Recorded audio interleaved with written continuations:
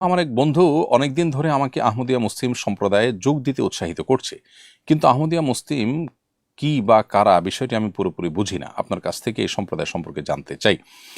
প্রিয় দর্শক, খুবই দরকারি একটি প্রশ্ন আপনি করেছেন। আহমদিয়া মুসলিম বলতে আমাদের সমাজ যাদেরকে বোঝানো হয় তারা মূলত কাদিয়ানি। ভারতের গুরুদাসপুর জেলার কাদিয়ার নামক গ্রামে এক লোক জন্মগ্রহণ করেছেন যার নাম ছিল গোলাম আহমদ। ইংরেজদের খুব অনুগত ছিলেন এবং ইংরেজ শাসন আমলে তিনি এবং তার পরিবারের লোকজন, তার বংশের লোকজন ইংরেজদের খুবই অনুগত এবং সেবাদার ছিলেন। এটি তার বক্তব্যে, তার বিভিন্ন বই পুস্তকে কিন্তু লেখা আছে।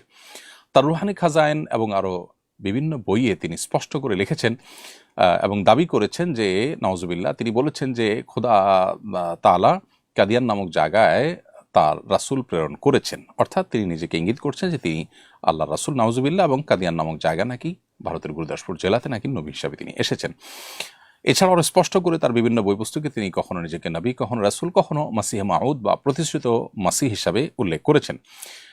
ইসলামের আকীদা এবং বিশ্বাসের একটা মৌলিক জায়গা হলো যে আপনাকে নবী করিম সাল্লাল্লাহু আলাইহি সাল্লাম আল্লাহর রাসূল সেটি বিশ্বাস যেমন করতে হবে, আশহাদু আল্লা ইলাহা ইল্লাল্লাহ ওয়া আশহাদু আন্না মুহাম্মাদুর রাসূলুল্লাহ, আল্লাহর একত্ববাদের সাক্ষ্য দেওয়া এবং মুহাম্মদ সাল্লাল্লাহু আলাইহি সাল্লাম আল্লাহর রাসূল হওয়ার সাক্ষ্য দেওয়া, এটা যেমন আমাদের ঈমানদার হওয়ার জন্য জরুরি, ঠিক একইভাবে রাসূল করিম সাল্লাল্লাহু আলাইহি সাল্লাম যে আল্লাহর শেষ নবী, শেষ রাসূল, তারপরে আর কোনো নবী বা রাসূল আসবেন না, এই কথার সাক্ষ্য দেওয়াটাও কিন্তু আমাদের ঈমানের গুরুত্বপূর্ণ একটি পার্ট বা অংশ। ফলে আপনি যদি নবী সাল্লাল্লাহু আলাইহি সাল্লামকে আল্লাহর রাসূল হিসেবে স্বীকার করেন, কিন্তু তাকে শেষ নবী বা রাসূল হিসেবে স্বীকার না করেন, তারপরে অন্য কোনো ব্যক্তিকে রাসূল বা নবী হিসেবে মনে করেন, তাহলে সারা বিশ্বের সমস্ত উলামায়ে কেরামের ঐক্যমতে আপনি অমুসলিম হবেন। এই তথাকথিত আহমদিয়া মুসলিম সম্প্রদায় বা মুসলিম জামাতের যে লোকজন আছেন তারা মূলত কাদিয়ানী ধর্মের অনুসারী এবং তারা প্রত্যেকেই কাফের এবং ইসলামের গণ্ডি থেকে খারিজ হয়েছেন। তারা সাধারণ কাফের নন, এবং তারা জিন্দিক টাইপের কাফের। জিন্দিক বলা হয় সেই কাফেরকে যে কাফের নিজে মুসলিম হিসাবে মানুষের কাছে জাহির করেন, অথচ তিনি বিভিন্ন রকমের কুফরি বিশ্বাস ধারণ করেন, লালন করেন, মানুষকে প্রতারণা করেন। এটা হলো অনেকটা নকলের মতো। আপনার কাছে টাকা নেই, দোকানদারের কাছে গিয়ে আপনি বলেছেন অনুবিরণ করে আপনার ক্ষুধা লেগেছে, হয়তো আপনাকে কিছু খাবার দিতেও পারে দোকানদার, কিন্তু আপনি নকল টাকা যদি দেন তাহলে আপনাকে খাবার দেওয়ার পরিবর্তে জেলে পাঠানো হবে। ঠিক একইভাবে আমাদের এই সমাজে বিভিন্ন ধর্মের মানুষ বসবাস করে, সেটি করতেই পারে, কিন্তু কেউ যদি মুসলমান নাম ধারণ করে অথচ সেই মুসলমানদের মৌলিক বিশ্বাস এটি ধারণ করে না, তাহলে সেক্ষেত্রে সে কখনো মুসলমান না, এটা বরং সে প্রতারণা করছে এর মাধ্যমে।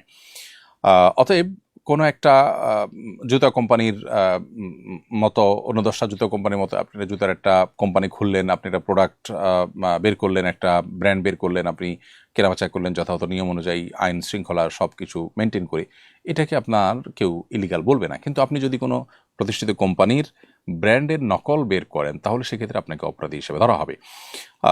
আপনি মুসলমানদের মৌলিক বিশ্বাস যেটি, সেরকম বিশ্বাসকে বিশ্বাস করবেন না, সেরকম বিশ্বাসে বিশ্বাসী হবেন না, আবার নিজেকে মুসলিম দাবি করবে, এটা সুস্পষ্ট প্রতারণা, যেটা এই কাদিয়ানিরা করছে। দুর্ভাগ্যজনকভাবে একই কাজ আমাদের দেশে খ্রিস্টান মিশনারিরাও করছে।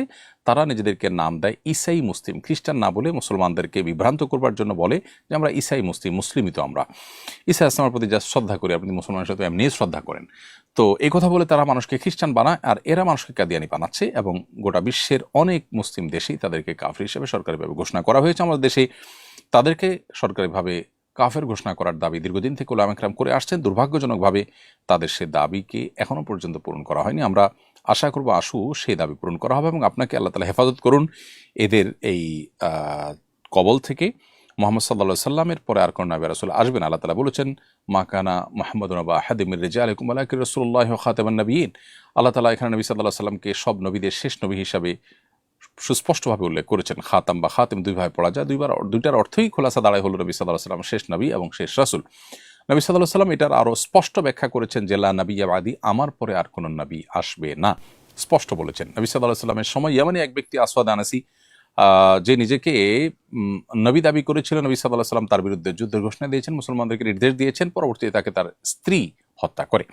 এবং একইভাবে নবী সাল্লাল্লাহু আলাইহি সাল্লামের বিদায়ের পর মুসাইলামা আল কাজ্জাব নামে এক ব্যক্তি নিজেকে নবী দাবি করে, এবং ভয়ঙ্কর ফিতনা যখন সমাজের মধ্যে ছড়ায়, তখন খলিফা আবু বকর সিদ্দিক রাদিয়াল্লাহু তাআলার শাসন আমলে সিনিয়র অনেক সাহাবায়ে কেরামের মাধ্যমে তাদের সাথে পরামর্শ করে তার বিরুদ্ধে যুদ্ধের ঘোষণা দেওয়া, এবং সে 40,000 মানুষই মুসলমানদের বিরুদ্ধে যুদ্ধ করতে উদ্যত, এবং পরবর্তীতে তাকেও কিন্তু বধ করা হয়।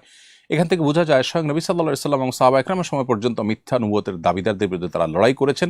অন্য ধর্মাবলম্বীরা তাদের ধর্ম পালন করেছেন, কিন্তু মুসলমানদের নাম ভাঙিয়ে অমুসলিম কেউ সমাজের মধ্যে মুসলমানদেরকে বিভ্রান্ত করবে সেই সুযোগ তাদেরকে দেয়া হবে না, এবং এটি দেওয়াটা কখনো ন্যায্য হতে পারে না।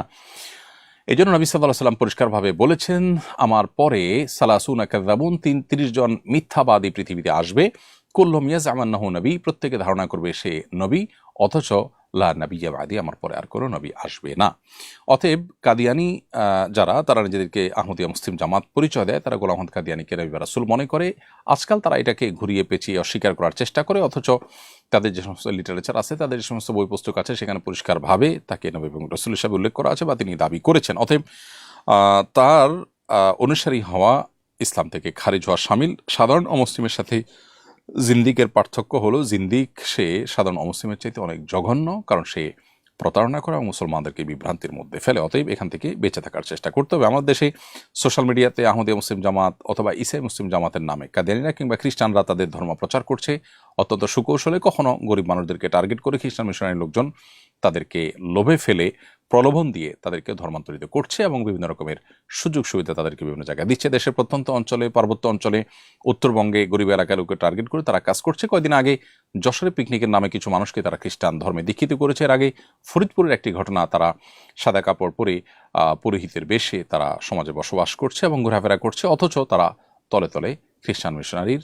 মাধ্যমে তারা খ্রিস্টান ধর্মে মানুষকে দীক্ষিত করছে প্রলোভন দিয়ে।